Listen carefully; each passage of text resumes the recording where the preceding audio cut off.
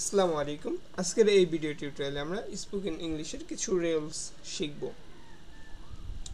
তো আমরা গত পর্বে যে রুলসগুলো শিখেছিলাম তারপর থেকে শেখা শুরু করব।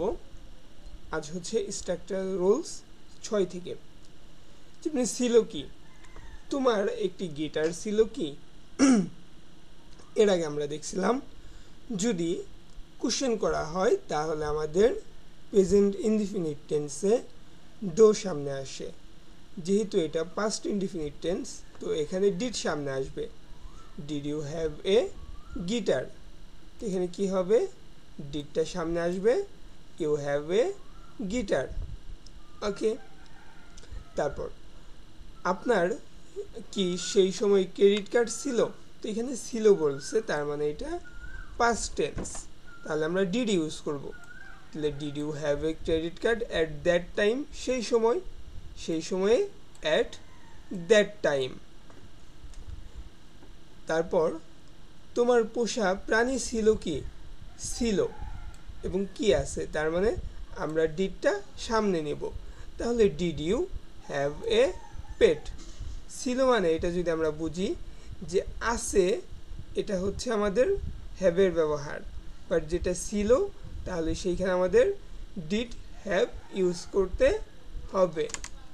ওকে, এবং মনে রাখবেন ডিড, তারপর সাবজেক্ট, তারপরে হ্যাভ। ওকে, তারপরে যদি আমরা পরেরটাই যাই, স্পোকেন রুলস 7। কোনো ছিল না, ছিল না, তাহলে ছিল এটা পাস্ট, তার মানে এখানে ডিড আসবে, এবং না তার মানে নেগেটিভ। যেমন আমার পাশে কোনো ফ্রেন্ড ছিল না, I had no friend by my sides, I have no friends by my side. এখানে আমরা ডিড ব্যবহার করতে পারতাম, ডিড নট।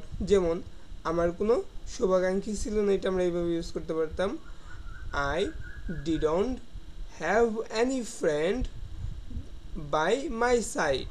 যেমন এই যেটা, আমার কোনো শুভাকাঙ্ক্ষী ছিল না, I didn't have any wishers, যে আমার কোনো শুভাকাঙ্ক্ষী ছিল না। তাহলে যদি আমরা এরকম বলি যে আমার কোনো টাকা ছিল না, তাহলে আমরা এইভাবে বলতে পারি দুইটাভাবে। ফার্স্ট হ্যাড ইউজ করে, আই হ্যাড নো মানি, আমার টাকা ছিল না। আবার এইভাবে বলতে পারি I didn't have any money, আমার কোনো টাকা ছিল না। ওকে, তারপরে এইভাবে যদি বলি যে আমার কোনো গাড়ি ছিল না, তো এইভাবে বলতে পারি আই হ্যাড নো কার, বা এইভাবে বলতে পারি আই ডিডন্ট হ্যাভ এনি কার, আমার কোনো গাড়ি ছিল না। আমার পর্যাপ্ত টাকা ছিল না, তাহলে এভাবে বলতে পারি I didn't have much money. Okay, আমার অনেক বন্ধু ছিল না, I didn't have many friends. Okay, এভাবে আমরা কন্টিনিউ করব। তারপর এখানে আবার আছে, আচ্ছা, আমার ছিল না, তার ছিল না। যেমন 2 মাস আগেও আমার চাকরি ছিল না, তাহলে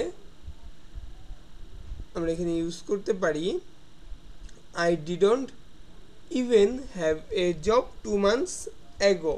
2 মাস আগেও, I didn't even have a job 2 months ago, যেহেতু 2 মাস আগে। তারপর গত বছর আমার গাড়ি ছিল না, I didn't have a car last year. এখানে শুধু আমরা সময়টা উল্লেখ করে দিব, I didn't have a car last year, আমার গত বছর গাড়ি ছিল না। তারপর স্কুল জীবনে আমার অনেক ফ্রেন্ড ছিল না, তাহলে ছিল না অনেক, তাহলে আমরা ইউজ করব I didn't have many friends in school life. Okay, আমার ছিল, ছিল মানে এখানে আমরা হ্যাড ইউজ করব, ছিল এখানে আমরা হ্যাড ইউজ করব, বা এখানে আমরা ইউজ করব হ্যাঁ হ্যাভ, এটার পাস্ট ফর্ম হ্যাড। আছে ছিল, যেমন এইখানে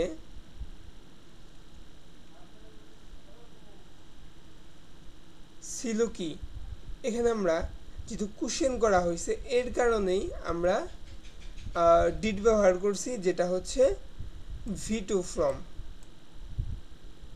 আর যেহেতু এইখানে আমাদের কোশ্চেন করা হয় নাই এর কারণেই আমরা ভি টু ফ্রম ব্যবহার করতেছি হ্যাভের।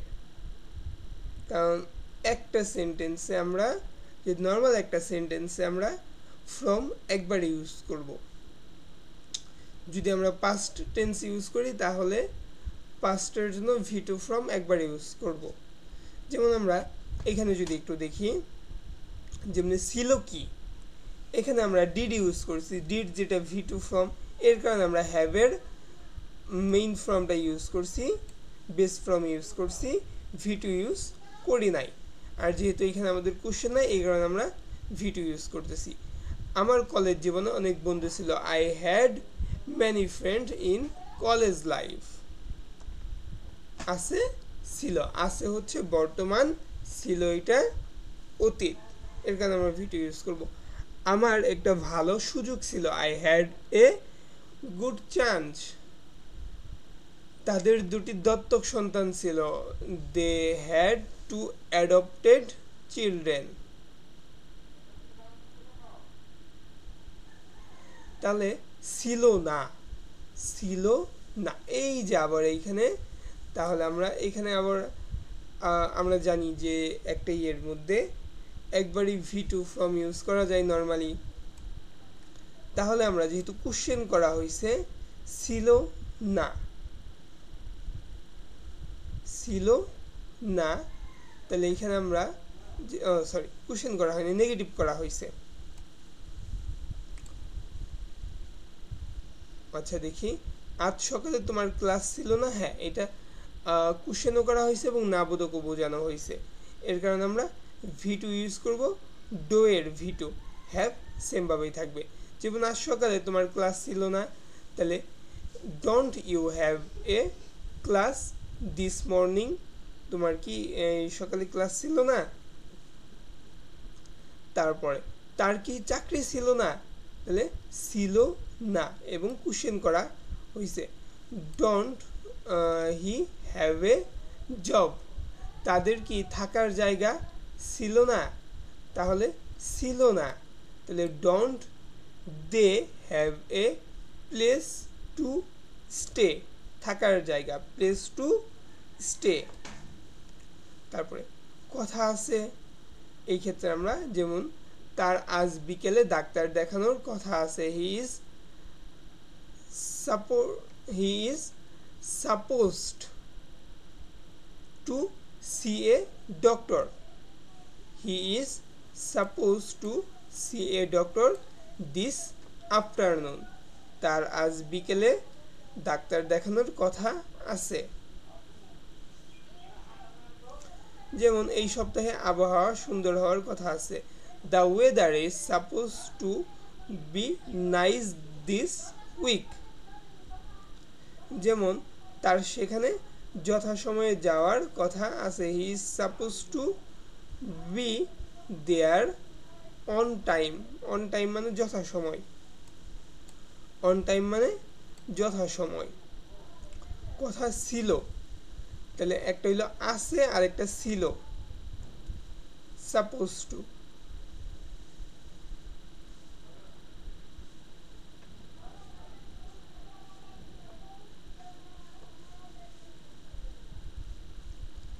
তাহলে কথা ছিল, এটা হওয়ার কথা ছিল, it was suppose to happen.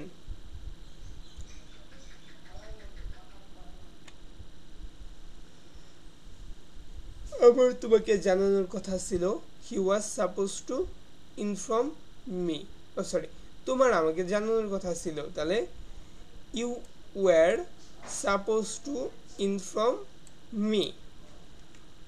তার আমার সাথে দেখা করার কথা ছিল, he was suppose to meet me, he was suppose to meet me. তারপরে কথা আছে, তোমার কি সেখানে যাওয়ার কথা আছে, আর you suppose to go there, তোমার কি সেখানে যাওয়ার কথা আছে। তার কি আসার কথা আছে, is he suppose to come, তার কি টাকা পাঠানোর কথা আছে? Is he suppose to send money? Okay, তারপর আমরা আরেকটা দেখব, আমাদের হবে, তার হবে, এটার ক্ষেত্রে উইল হ্যাভ ইউজ করবো আমরা। যেমন তার একটি নতুন চাকরি হবে, হি will have a new job. হবে, এখানে হবে এর ক্ষেত্রে।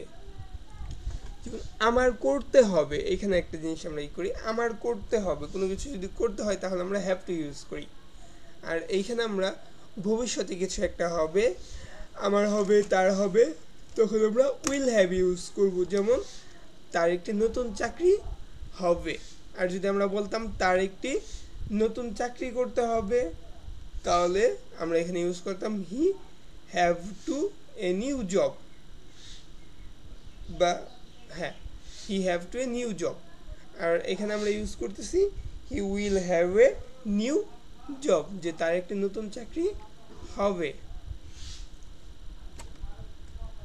ওকে, আজকে আমরা এই পর্যন্তই রাখবো।